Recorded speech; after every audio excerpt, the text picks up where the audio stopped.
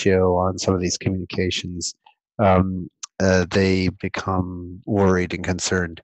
So I would like to continue to invite vigorous commentary and discussion about the technical aspects of the platform and certain other aspects of our operations, but we'll move discussions of finance and other sensitive business operations to the closed door sessions that we're going to have more frequently on Fridays.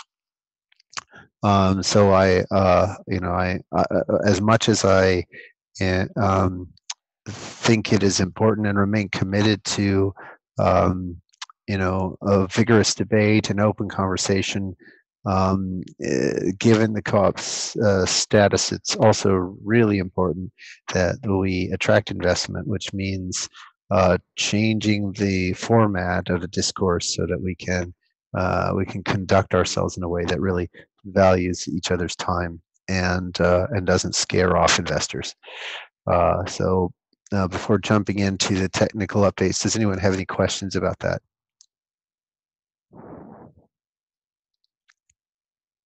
Governance, a topic that's off limits as well. Governance is not necessarily off limits, but certainly the way we conduct ourselves, a lot of interruption of speakers, just we need to have orderly conversation. So we should definitely have governance conversations. We can probably have a sense of what is in fact a sensitive area, and make some decisions about whether it should go into a closed session or not. In general, I would I tend to want to err more on the side of having these open and not in closed door sessions, but there might be some areas where governance is one that we do have a closed door session on. But primarily, let's keep them in the open and just learn how to talk in such a way that people see that we are committed to productive conversation, and to we have an action bias, as Ravi likes to say. Does that answer the question? I'll take that as it's a closed door session, Greg. Oh, well, that was not the intention. So again, what I was saying was, let's please have them, as much of those governance conversations, in the open as we can. And while we're having those conversations, let's learn how to engage each other productively. That's fine, of course. Okay, wonderful. Good. Any other questions or comments on the change in format of the call before we move on? I would like to say that it's, I think, important to communicate that there's a large number of people, of course, the people that come to the calls I'm on, have a commitment to RChain that is independent of the finances of the co-op, and it certainly will continue regardless of the situation there. Sure. Good. Thank you. That's a good point. Any other questions or comments before we move on? Going once? For people like myself who joined a minute or two late, could you summarize real quickly the format of this call? Yeah, so they're largely going to be restricted to the technical updates, vigorous and in-depth discussions about the technical updates, and then restricted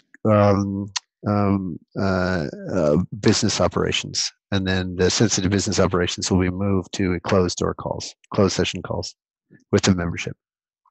But governance can be discussed here. Yep. Does that make sense, Ed? I think so. I'll be sensitive to what I ask. Okay, very good. Okay, so with that in mind, let's hand the mic over to Kelly. Great, thank you very much. Hi, everyone. Happy Wednesday to you. I just wanted to start out this update by giving you just a brief update on the team. We don't talk very much about the team as as an entity of itself, but I do want to give an update because I've been getting a fair number of questions about them, and I wanted to make sure that very publicly I'm sharing information about the team and how they're working. So first and foremost, since late 2017, this team has been working on features and improvements to the platform.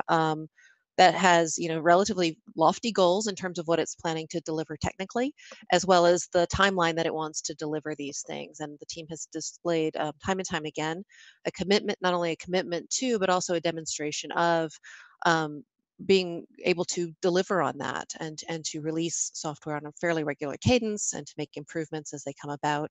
And to do that with tremendous resiliency to change, both change as it exists for the team. There was a period of time where we were onboarding new developers pretty much every 2 weeks.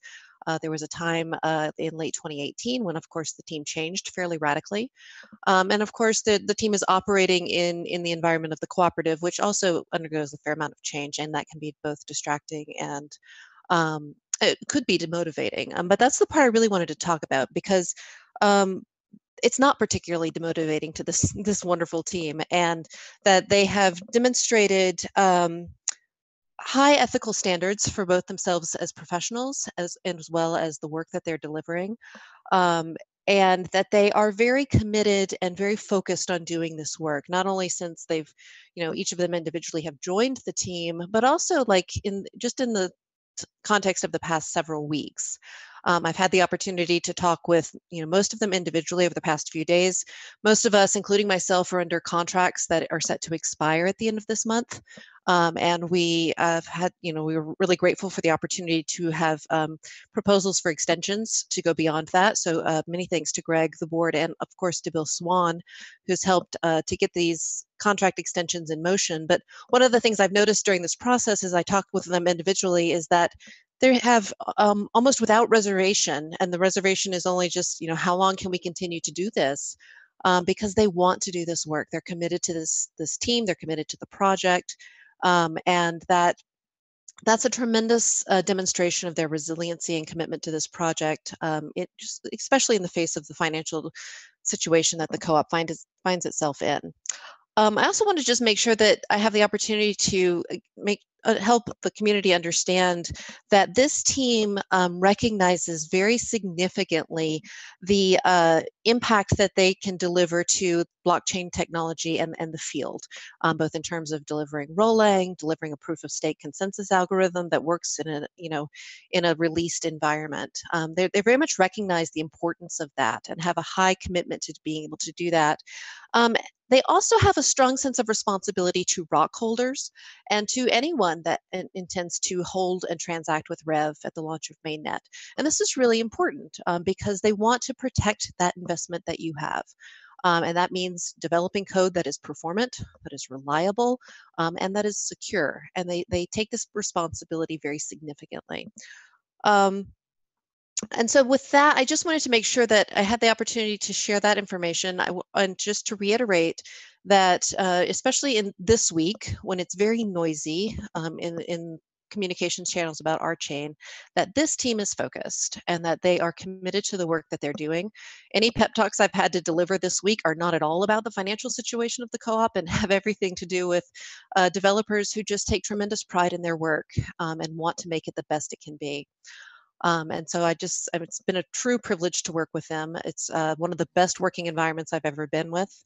And I think they exemplify in many ways the goals and aspirations of what the cooperative hopes to achieve. So that's a little update on the team itself. And now I'll shift over and talk more about what the work they've been doing.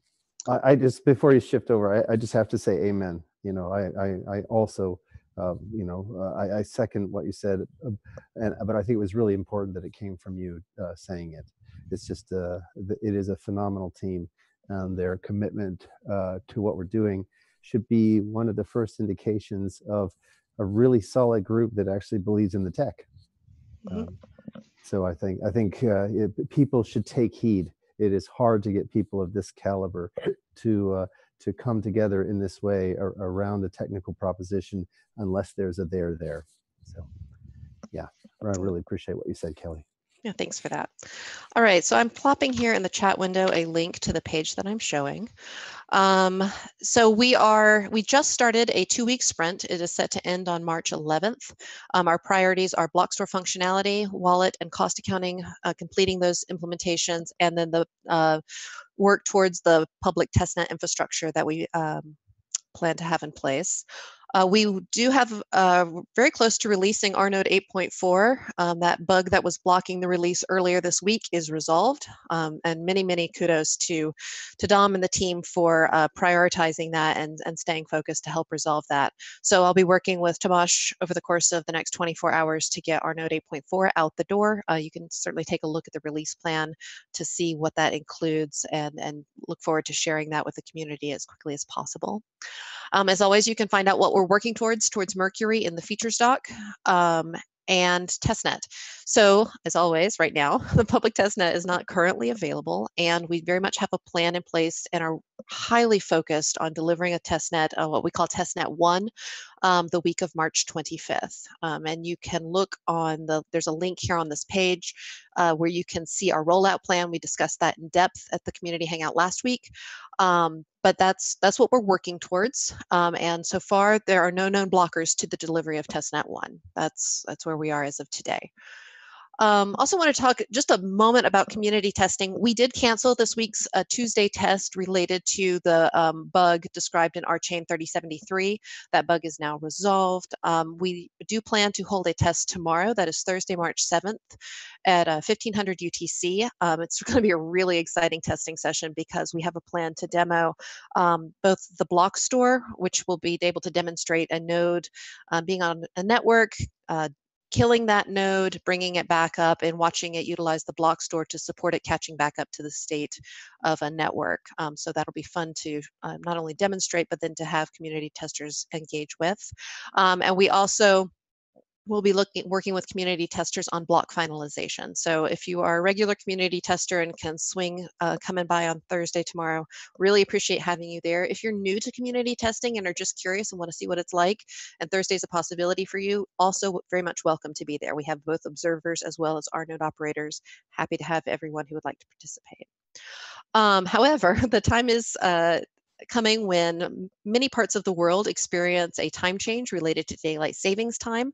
So if you are a regular Tuesday tester, please note that starting next week, with next Tuesday, which would be March 10th, that time might change for you. So if you're in the US like me, we're going to spring that forward. It'll feel like it's the regular time. But if you're in, for example, Europe or Japan or Sri Lanka, the time will not have changed for you either yet or ever, and it will appear to be different. So starting with March 12th, we will be at 1600 UTC. Stay tuned to the No Testing channel for all details. I will always post those there.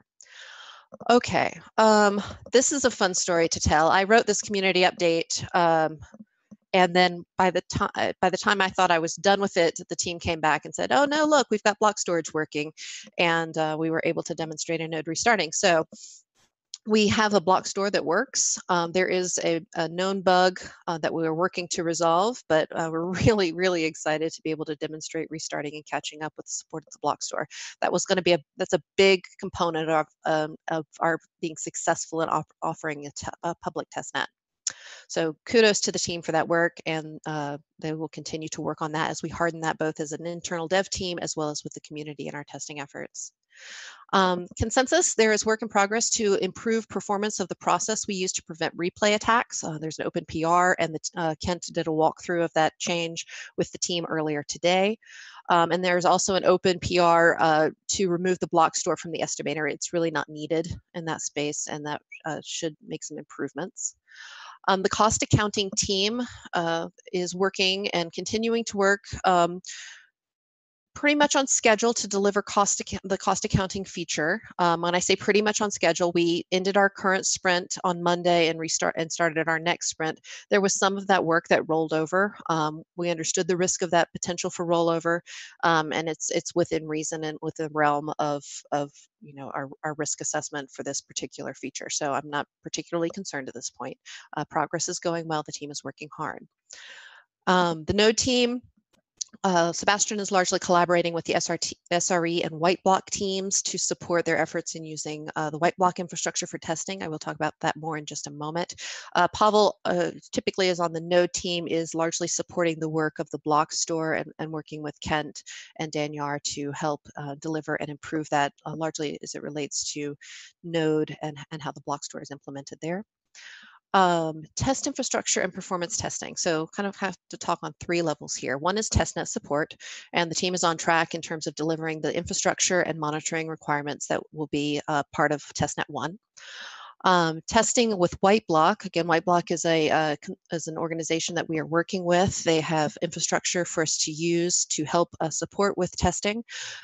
We are collaborating very closely with the White Block team to make sure that we can get analysis and supportive operations for tests in White Block in terms of getting information out of the White Block infrastructure, as well as automating it to a point where we can use it with our CI approach to testing. And so those teams are working very closely together on that. And then also in performance testing, we have work in progress to deliver a contract that best supports the measurement of COM events per second. Again, this is the definition of success in this environment. You can, if you hear me say COM events per second, a typical measurement that people talk about are transactions per second, but really if we want to be accurate in this scenario, when we're measuring performance, we're going to measure it in terms of COM events per second and use this to establish our benchmark of performance. The goal for Mercury is 1,000 to 1,500 COM events per second, and we are working to have a contract that is the best representation of success in that space. Finally, we should talk a little bit about those numeric goals, but yeah, sure, okay. Understood. Yeah. Okay.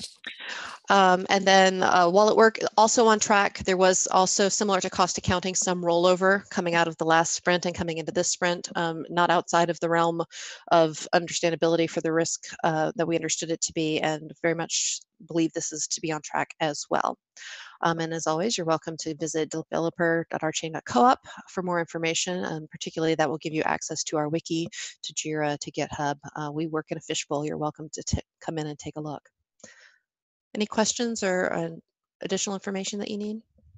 Quick question, Kelly, about wallets. It's the wallet check contract for claiming, you know, newly minted rev by existing ROC holders. Is that in the next sprint, or is that already done?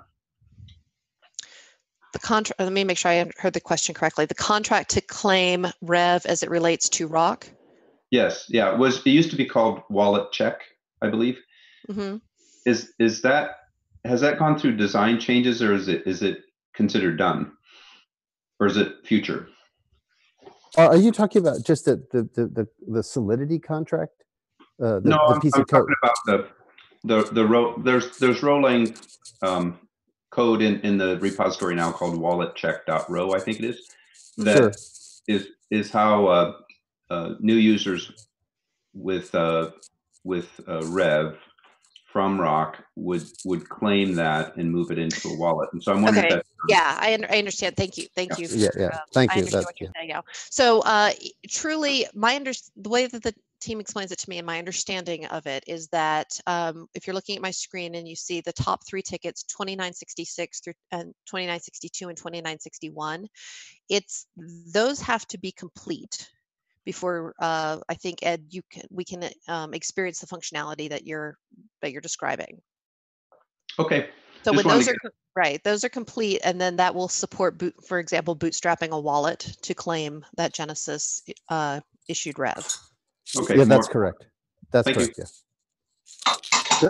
And to add more clarity on that, those were not part of the testnet milestone. Right, for testnet 1, that's not part of the deliverable for testnet 1. Okay, that's helpful to know. Thanks. Okay. Yeah, and that just to make sure you guys, the rollout plan is very specific in what you can expect to see in each of these rollout phases of testnet. So that will be testnet 2, Ed, that we'll be able to demonstrate that, and everybody can enjoy that. Got it. Okay. This is very helpful chart, by the way. Cool. Anything else? Excellent. Thank you for the time. All right. So thank you very much, Kelly. So on to a few operational items that are important for the community. First of all, I want to know that we have signed a contract with Ravi as COO. Ravi, one of the notable aspects of the contract is Ravi has decided to take $1 single and no rock as a part of his compensation. If you needed further testament about the belief in the platform, you can look not only to the dev team's commitment, but to our Chief Operations Officer's commitment to the platform. Ravi was also elected to the board, appointed as by the other board members as an interim board member per the bylaws. So he would come up for re-election in October. So any questions or comments about that? Well, thank you, Ravi. I've met with Ravi on a Zoom call and at lunch that we had. Really impressed with Ravi's background, and thank you for stepping up, Ravi. Ravi, Ravi, are you on the call?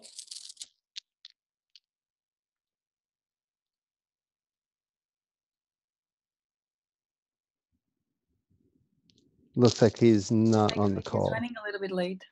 Yeah, no worries, no problem. We if and when he joins, we will give him a chance to address the community. But I think they've already had a chance to meet with him on several occasions, and I'm sure that there'll be plenty of opportunity to engage with Ravi.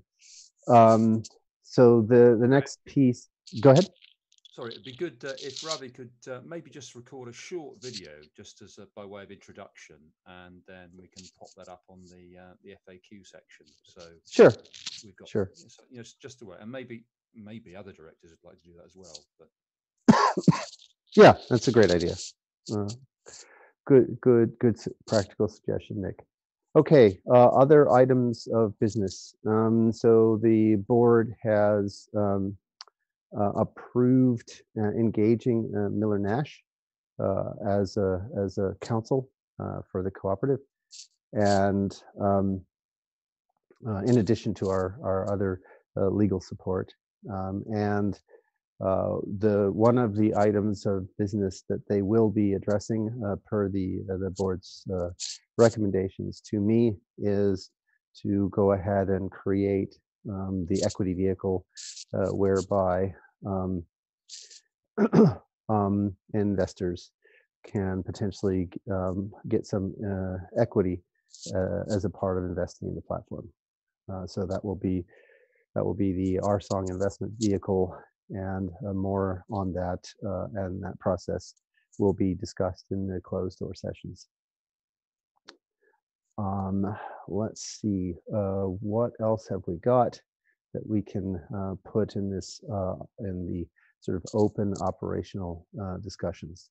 I think that's probably all except for our marketing efforts. So the marketing efforts, we will be publishing 3 or 4 new podcasts, one of which is to address the token economics. I think a lot of people do not understand the realities of the token economics associated with proof of stake. It's funny, I had a conversation with Vlad just a week or so ago, in which we had sort of a detailed discussion of the different economic pressures associated with proof of stake. And he realized and said to me on the call, and we can get a hold of him to have the conversation, that the economic dynamics were the sort of macroeconomic dynamics of proof of stake was something that he hadn't actually thought through.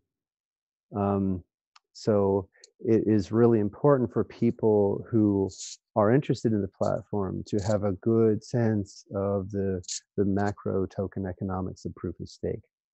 It is really important to understand that you have to have much greater transaction volume in order to attract validators, because it doesn't work like mining. The economic incentives come largely through the transaction volume, which means you have to have a very different kind of transaction volume profile. And that means that you have to be very cognizant of your transaction volume to risk ratio. The other side of it is that you have to be very, very cognizant of the user acquisition spend. So for example, if you just to give a little bit of color to this and then moving on to a different topic, the user acquisition spend for social networks can be, somewhere in the double digits, right? So if memory serves, WhatsApp was spending about $19 per person for user acquisition to get their platform to the numbers that made it reasonable to have them bought out in the way that they were. So if you think about it, what that means is the first million users on WhatsApp cost them about $19–20 million. Right, so that's the kind of spend that you can't justify without significant additional investment.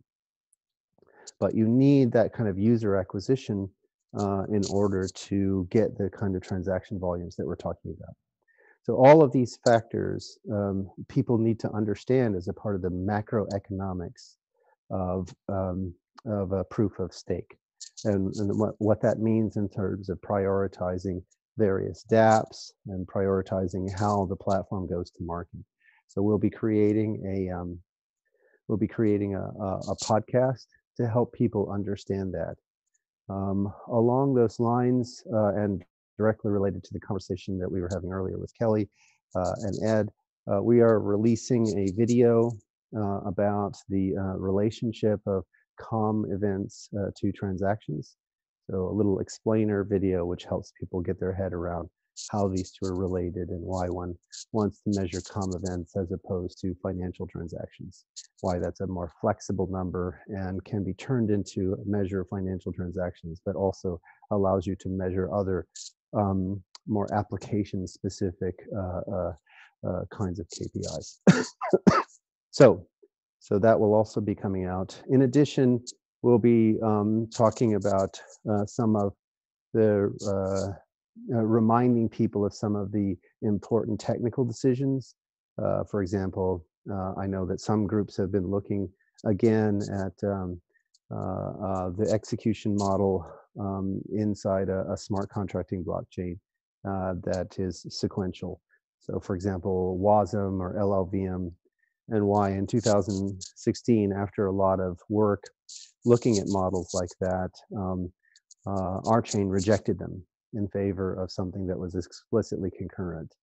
And all of our partners who were engaged in that diligence effort along with us also rejected those models because they anti-scale, right? As you add more nodes to the shard, you have greater and higher contention on the common resources, which then reduces the performance in the shard. So it's an anti-scaling feature that people need to understand exactly why that is the case. And we'll have an explainer video coming out to help people understand why those choices are not good choices if you actually want to take a blockchain to the market, especially proof of stake, which requires extremely high transaction volumes to even be reasonable for the validator economics.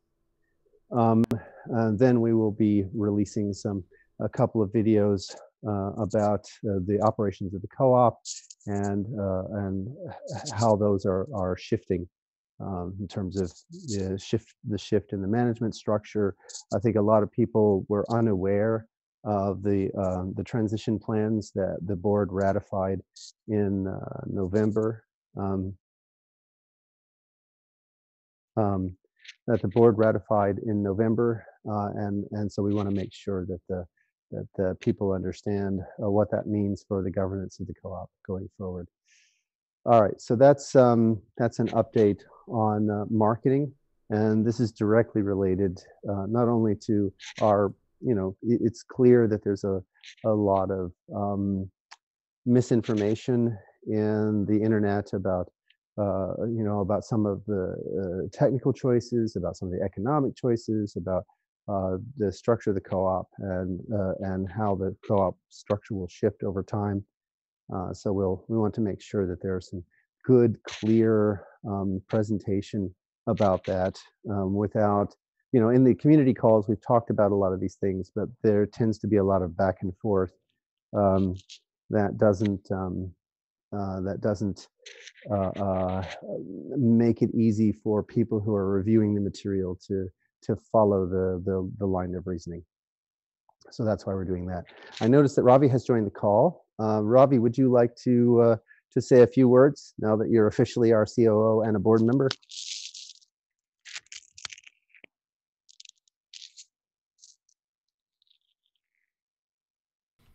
Greg, as we wait for Ravi, can I ask one question as well? Sure, go for it. So why wasn't Erlang chosen as a smart contracting language, or a language that you're writing? Because Erlang is also concurrent and functional. You can't be concurrent and functional. So I just want people to understand that. To be functional means that your computational model is the lambda calculus, and Berry's theorem tells us that the lambda calculus is sequential. So concurrent and functional is a oxymoron. So there are two ways you can go about that. You can either build some concurrency on top, in which case your concurrency is ultimately just a form of interleaving, and ultimately is going to not be very performant. So you can do co-routing and other kinds of green thread models. But Erlang is not really functional. It's really a kind of ad hoc homegrown model that was developed in Ericsson back in the 90s, 80s, 90s. The biggest reason is the correct by construction, right? So Erlang does not have an independent operational semantics. People have attempted to give it a nice operational semantics, and guess what they wrote the operational semantics in? The pi calculus. So it's much easier and better to go directly to the source than to dogleg through something where, again, even the operational semantics is not baked into the code, but kind of a post facto explanation of how it works. So the second point of this correct by construction argument is very important, because if you want to do static analysis, you need and static analysis that brings the concurrency considerations to the fore. You need the concurrency to be reflected in the syntax and not hidden behind libraries or other aspects of of the execution. To give you an example of another language where this is common, Java is also concurrent. Why didn't we use Java or .NET, right? That's a perfectly reasonable question to ask as well. The issue is that when you look at a piece of Java code and when you look at a piece of Erlang code, you can't tell how many threads go through it. That's because of the way the concurrency is organized. When you look at a piece of Erlang code, Rolang code, you can see where the concurrency is. It's syntactically evident. And that's what allows the static analysis to provide information, for example, in the DAO bug, about where the race conditions are. You can't find those in a piece of Java code, and it's much harder to find them in a piece of Erlang code. So that's why. Does that make sense? Yeah, it's a perfect explanation. So I can send that answer off to somebody as well. Thanks. Cool. Yeah. No. It's a great question. Hey, my hat's off to Erlang people. The people at Ericsson who are designing Erlang were doing so about the same time that Christine Tomlinson and Mark Scavell and I and others at MCC, Greg Lavender, for example, were working on Rosette. So there was a lot of industry interest in models like that. I confess that the language architecture of Rosette is superior to the language architecture of Erlang for a number of different reasons, which are fairly technical. But I, the reason I mention all of this is because I spent years, decades, looking at each of these different options, and can give you lots and lots of design rationale for why, what goes into each of the languages, how the features interact, and why ultimately the structure of Erlang is the way it is as a result of those experiences with those models. Okay, Ravi, are you ready to speak? Yep, I am. I'm here. I really appreciate the opportunity. Thank you very much to the community. I know I haven't had sufficient interaction with the community at large, but over the course of the next few weeks, I hope to get to know everybody and understand some of the concerns that each of you might have. And if there are any questions in the meantime, please let us know, and I'll do my best to answer those questions with high integrity towards the co-op. Thanks, Ravi. This is Ed. Do you have a Discord handle? Yes, I do. I'll share that with you. I just signed up for Discord this morning, working with Ian. So Awesome. I will be active. Awesome. Thanks. Very good. Very good. So with that, unless there are any other questions about the the topics that we've covered, I'll open up the floor for discussion. And just remember that things like finances or sensitive business operations going forward will be moved to the Friday closed door sessions. So Greg, Greg, can I just make a comment on something on the technical marketing videos you? I think that's great. I want to make a request, if you can, maybe have a kind of a research blog, and one of the pieces could be about the trade-offs between Rosette and WASM. Well, again, Rosette is no longer a part of our stack. What we ended up jettisoning the virtual machine currently in favor of a direct execution against RSpace, right? So those semantics have been available, and the kernel of those semantics I identified in like 1993, built several prototypes, one of which was the reason why Microsoft chose to build BizTalk, was on the basis of that kind of execution semantic. And then RSpace is a significant improvement against those execution semantics, which I've written about in all of my articles on Special K. So it would be WASM versus the RSpace execution model. But at the end of the day, it's very, very straightforward, right? We'll be happy. It's not research. This is old news. It goes back for decades. WASM does not have a concurrency model, and anything that doesn't have a concurrency model is going to suffer. And moreover, not only does WASM not have a concurrency model, but the reason WASM maps nicely onto LLVM is because neither of them have a decent concurrency model. LLVM tried to address concurrency, but if you look, it is muddy, there's no good semantics, and people who try to use it have had just major headaches. So this is, yeah. Do you think you could spend some time on responding to those points raised by the Casper Labs and others more publicly? I know if you've already done that, apologies, but well, that's what we're going to be doing with these podcast releases. That was the point.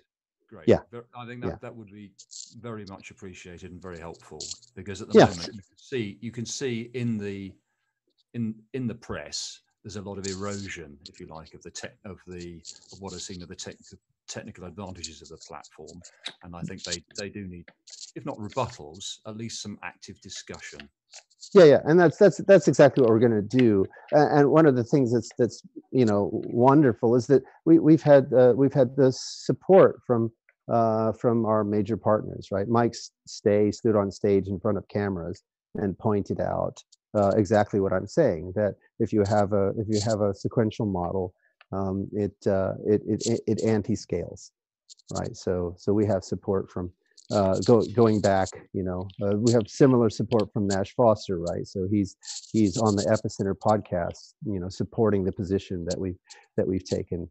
Yeah, but Nash has shifted, hasn't he? So I think he's talked about WASM and the LLV. So he's made those points without putting the counter. I think the main thing is that in those articles, Nash has forgotten, let's say, the concurrency angle. Exactly. And so what we'll do is we'll just remind people who are in support of sequential models that sequential models just don't cut it. Yeah, top to bottom sequential. Yeah. So I really hope that we describe the trade-offs, right? So there are some things that are better with WASM. Like everything in computer science, you always you have trade-offs, like most of the time, right? So I don't want it to make it I guess a research kind of blog. Sure, but I would do it in terms of technical. But the most important thing is that WASM is not very mature. It's a brand new technology. It's certainly not as mature as LLVM. LLVM I would consider seriously, except for the fact that, and in fact I did, right? So the research that I did from 2015 to 2016, which ultimately made me go ahead and bite the bullet and propose Rho as the model, which was a bold move on my part. I had originally been looking at OCaml as the platform because there was a formally verified mapping of OCaml down to LLVM. But then when I looked at the possible concurrency story, I saw that it was just never going to fly.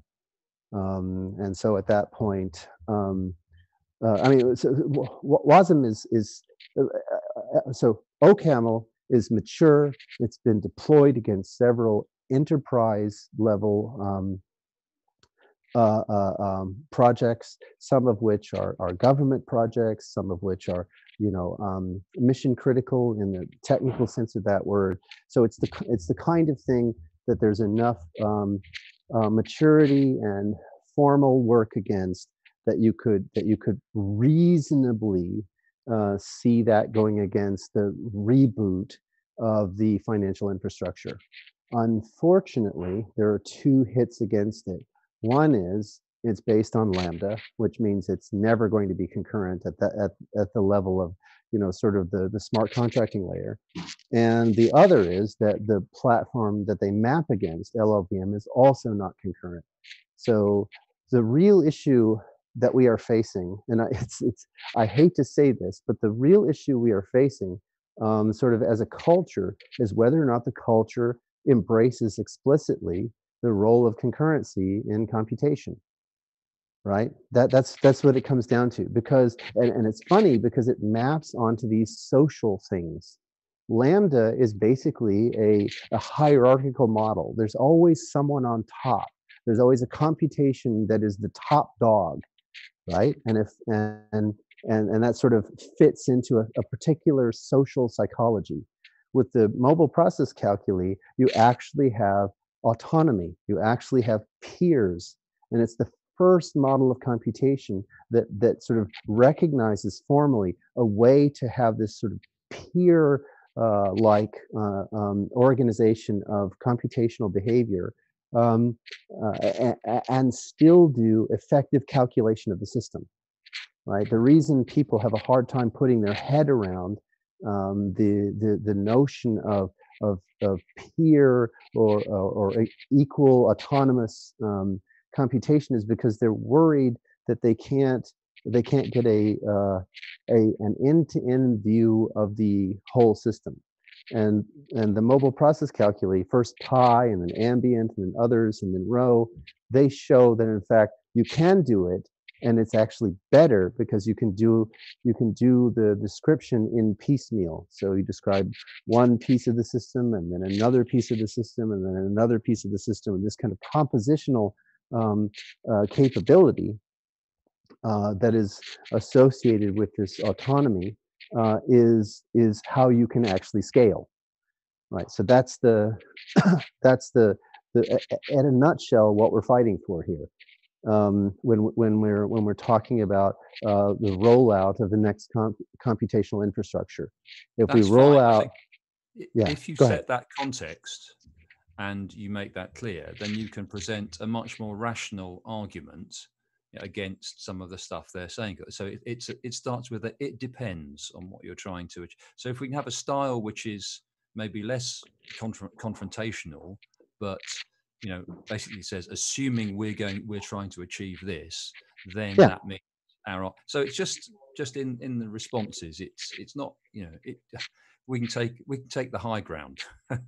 Oh yeah, I'm not. Well, I mean, all I'm doing is just reiterating what Nash and Mike and I said, on podcasts and conferences for the last couple of years, right? So there's nothing that's changed in terms of the basic content of the argument. All right, but moving. Go ahead. Can we move on to other questions? Kind of reiterate the request that if it could be a written piece in addition or instead, it doesn't matter, because just podcasts are not really kind of searchable. And sure. What we'll do is we'll provide transcripts of the podcast so that it will be searchable. Okay. Well, I think also that this message needs to be simplified into more of a bite size. All this is great, and it applies for those that have the time and patience and understanding to go deep. But just the computational model fitting the nature of decentralized and concurrent blockchains is that it fits both at the macro level as well as on a given piece of hardware. So it's about the whole interaction. So some kind of simplified message is also important to reinforce. Yeah, and it's really so easy to visualize, right?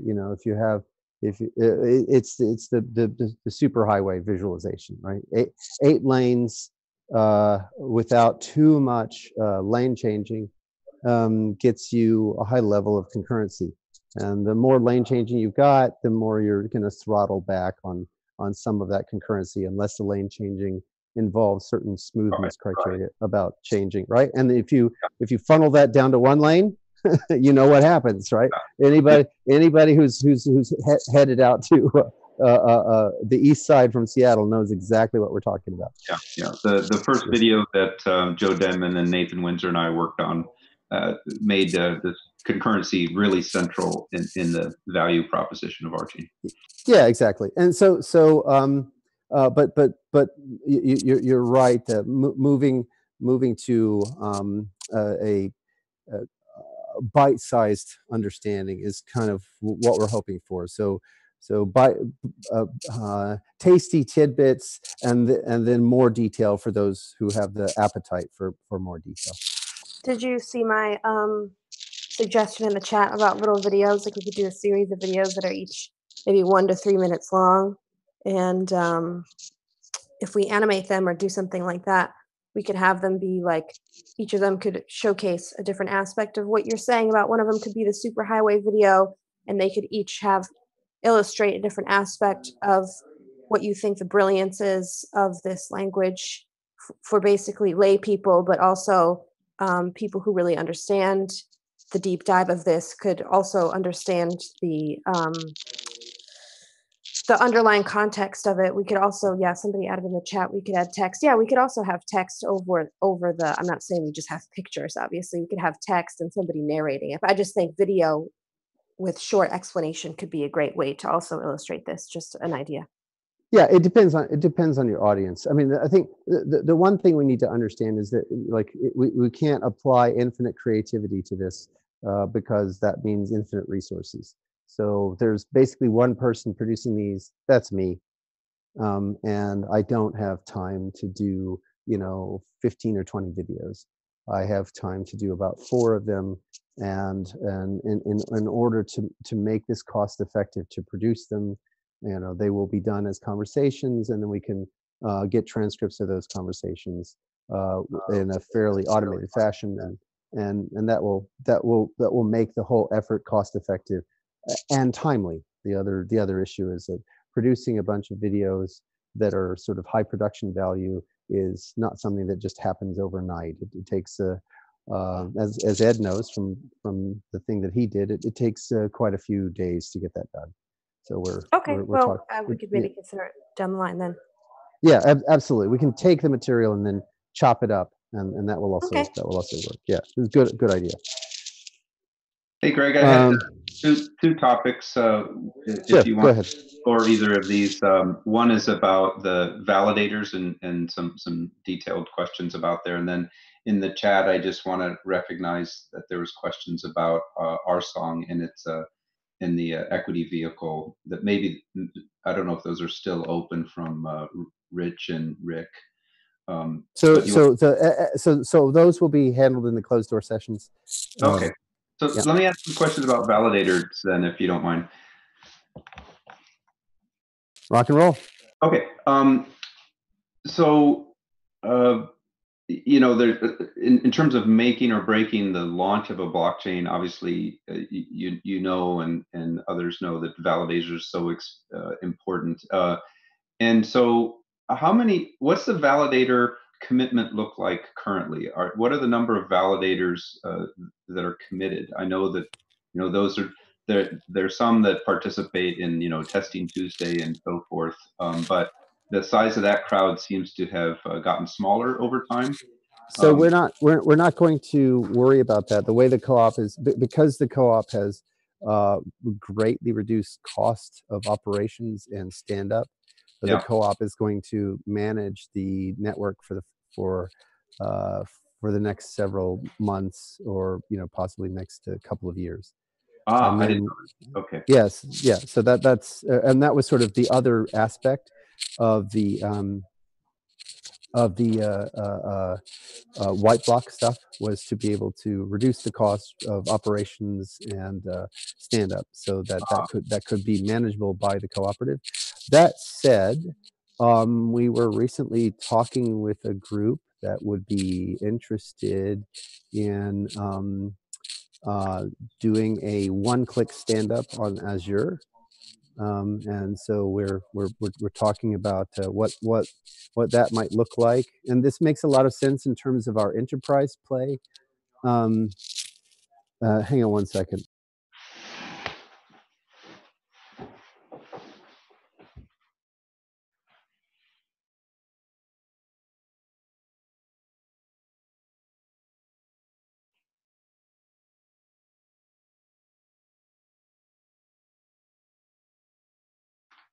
Sorry, I just had to relocate, so we had a little bit more quiet. So if you think about it, there are a lot of businesses where it makes sense to have a shard that starts off private, and then as they prove out the value prop of that shard, maybe they have another business operation that has its own shard, and that they prove out the value of that, and then they realize that there are instruments that are enabled between the two shards if you connect them, right? So in this way, having a partner with us who can help connect us to those enterprise opportunities would be of advantage to both us and that partner. So next, let me move on to questions. I didn't mean to interrupt you, but just we're running short on time. So after Genesis ceremony, which will involve a set of trusted validators, at what point will anonymous validators be able to join the network? Is that the day after launch? Is that many months after launch? Oh, they could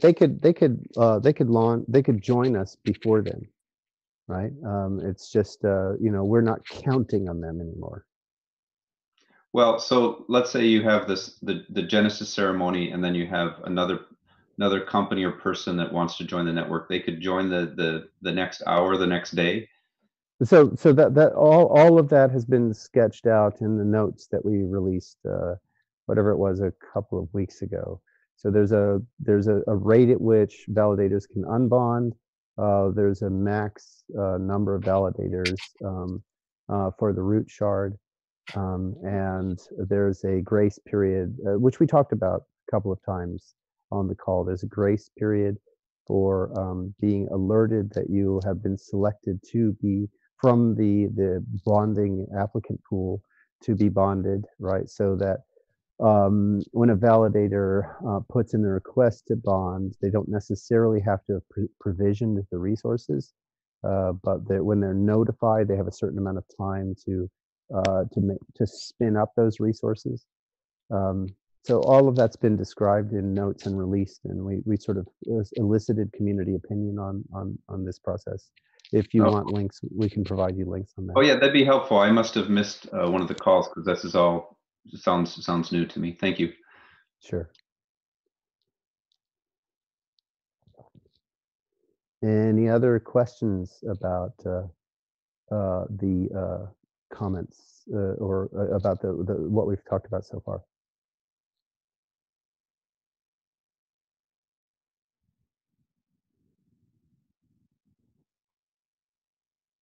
Okay, thank you so much for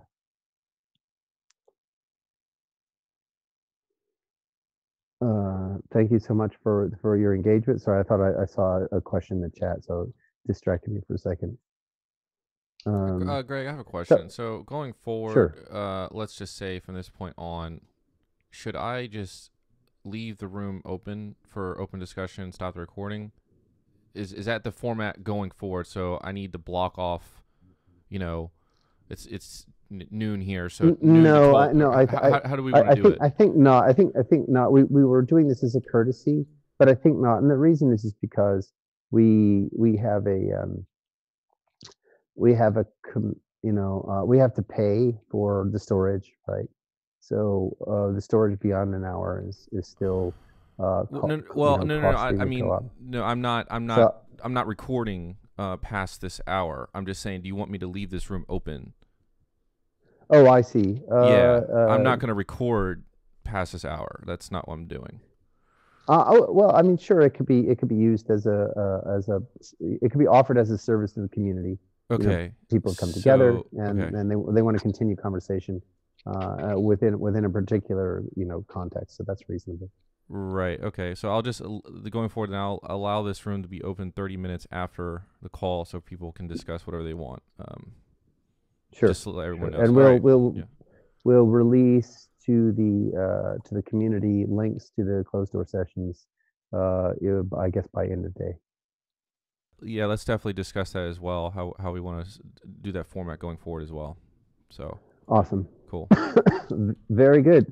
So thanks to one and all. Really appreciate everyone's engagement, and we are moving forward. Thanks. Ciao, ciao.